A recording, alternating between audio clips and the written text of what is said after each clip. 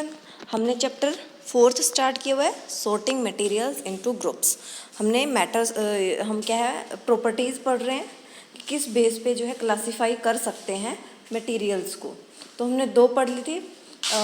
First पढ़ी थी हमने लस्टर कि उसमें जो मटेरियल्स होते हैं उनको उनकी जो शाइनिंग के बेस पे भी क्या है क्लासीफाई कर सकते हैं, और उसकी फिजिकल स्टेट के बारे में फिजिकल स्टेट को देख के भी क्या है उसको क्लासीफाई कर सकते हैं मटेरियल्स को।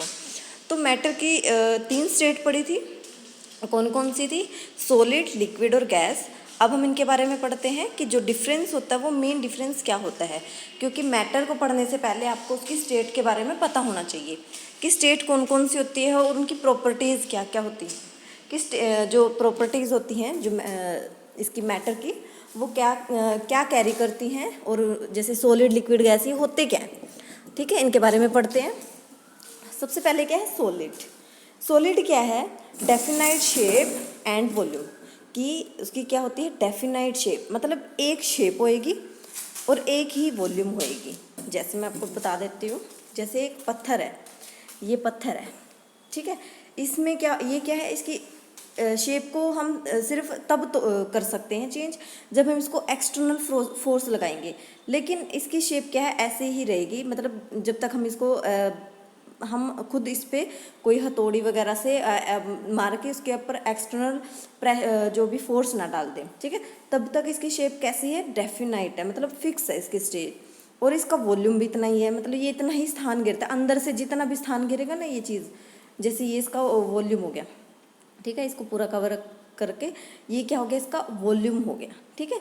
ये इसका खुद का वॉल्यूम होता है और खुद की ही एक शेप है, ठीक है, जिसको चेंज नहीं कर सकते, मतलब हार्डनेस बोल सकते हैं। सॉलिड में क्या होता है कि ये क्या है? हार्ड होते हैं और डेफिनाइट शेप होएगी और डेफिनाइट ही वॉल्यूम होएगी, ठीक है। और हम इसको कंप्रेस नहीं कर सकते, मतलब जैसे कि जेली होती है ना, उसको आप कंप्रेस कर सकते हो, है ना, लेकिन है तो वो भी सॉलिड, लेकिन कुछ टाइप कुछ उसके कुछ कंडीशंस होती हैं जिनमें हम उनको कर सकते हैं, लेकिन वैसे क्या होते हैं, इनको हम कंप्रेस नहीं कर सकते।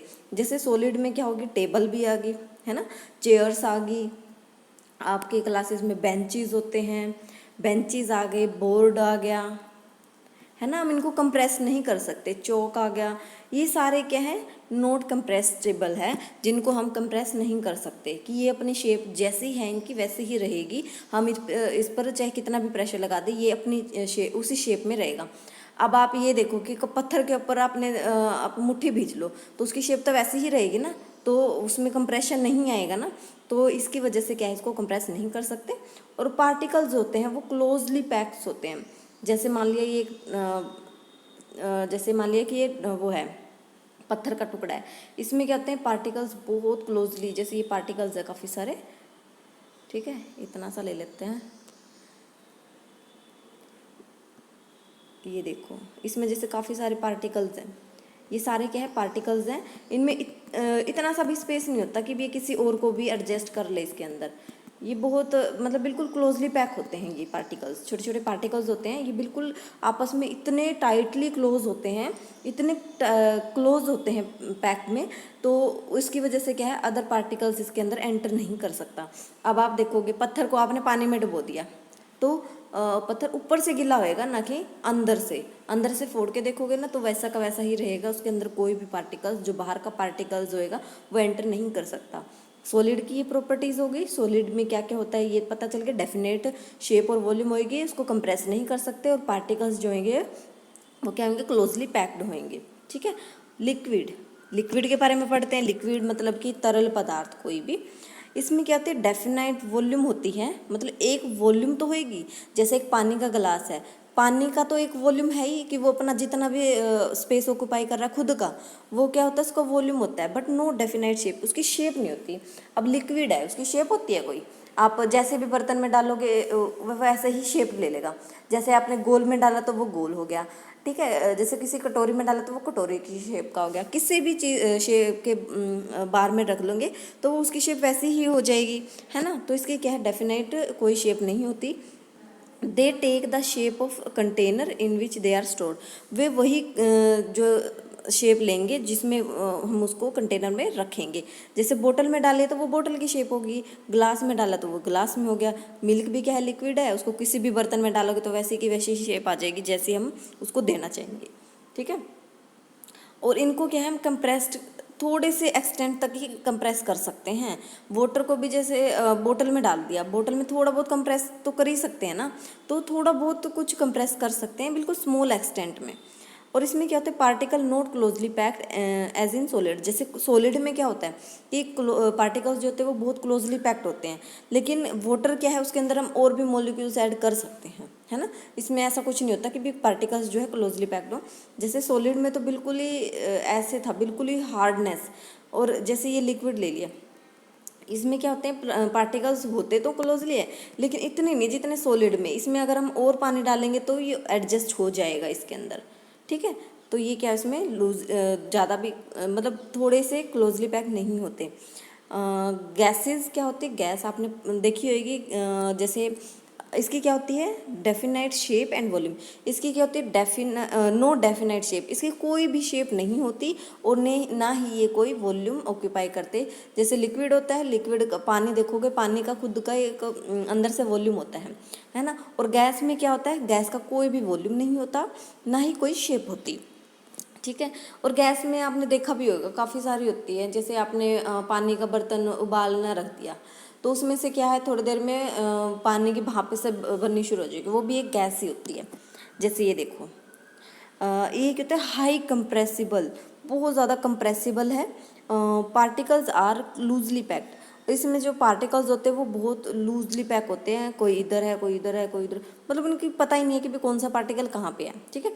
तो सॉलिड में क्या होते हैं, लूजली क्लोजली पैक्ड होंगे, और लिक्विड में क्या होंगे, नॉट क्लोजली होंगे, और गैसेज में क्या होंगे, थोड़े से मतलब बहुत ज़्यादा लूज होंगे। ठीक है। जो पार्टिकल्स होंगे वो दूर दूर होंगे। थर्ड क्या है, इसमें थर्ड जो मटेरियल्स हैं उनको क्लासिफाई कर सकते हैं किसके बेस पे, रफनेस, मतलब ये खुरदरेपन के बेस पे भी क्या है, मटेरियल्स जो भी पदार्थ होते हैं उनको क्लासिफाई कर सकते हैं। Materials can be rough and और स्मूथ, जो मटेरियल्स होते हैं वो रफ भी हो सकते हैं और स्मूथ भी हो सकते हैं। कुछ जैसे खुरदरे भी हो सकते हैं, और कुछ हाथ से टच करेंगे तो वो बहुत सॉफ्ट सॉफ्ट सा हाथ में देखेंगे ना, सॉफ्ट सॉफ्ट सा फील होएगा। तो मटेरियल्स को क्या है, वो रफ भी हो सकते हैं और स्मूथ भी हो सकते हैं। जो रफनेस होएगी, हार्ड जो भी खुरदरापन होएगा, और स्मूथनेस ऑफ ए मटेरियल, किसी भी मटेरियल की रफनेस और smoothness can be felt by touching it. इसको हम कैसे फील कर सकते हैं, उसको टच करके।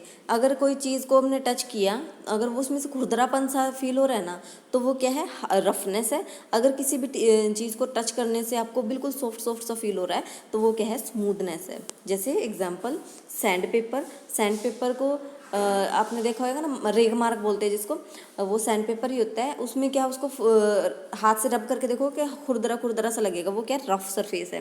लकड़ी का भी क्या होता है, रफ सरफेस होता है। रॉक्स का भी, बार्क ऑफ ट्रीज, इनका भी क्या होता है, जो ये सरफेस होता है ना, ये और उसकी टहनियाँ जितनी भी होती हैं उनका भी क्या होता है, रफ सरफेस होता है, रफ मटेरियल्स है। हीले फ्लावर पेटल, जो फ्लावर की पेटल होती है, मतलब जो पंखुड़ियाँ होती हैं फ्लावर्स की, और एक ग्लास शीट, और जो जैसे कांच के शीशे होते हैं ना, उनकी भी क्या होती है, स्मूथ सरफेस होता है ना। ये क्या हो गया, रफनेस और स्मूथनेस के बेस पे भी क्या है, जो मटेरियल्स उनको क्लासीफाई कर सकते हैं। फोर्थ है हार्डनेस, मतलब कोई भी चीज़ है उसके हार्डनेस के बेस पे भी क्या है, क्लासीफाई कर सकते हैं। Hardness is another properties of materials on the basis of which material are classified, मतलब हार्डनेस भी एक ऐसी प्रॉपर्टी जिसके बेस पे क्या है, उनको क्लासीफाई कर सकते हैं।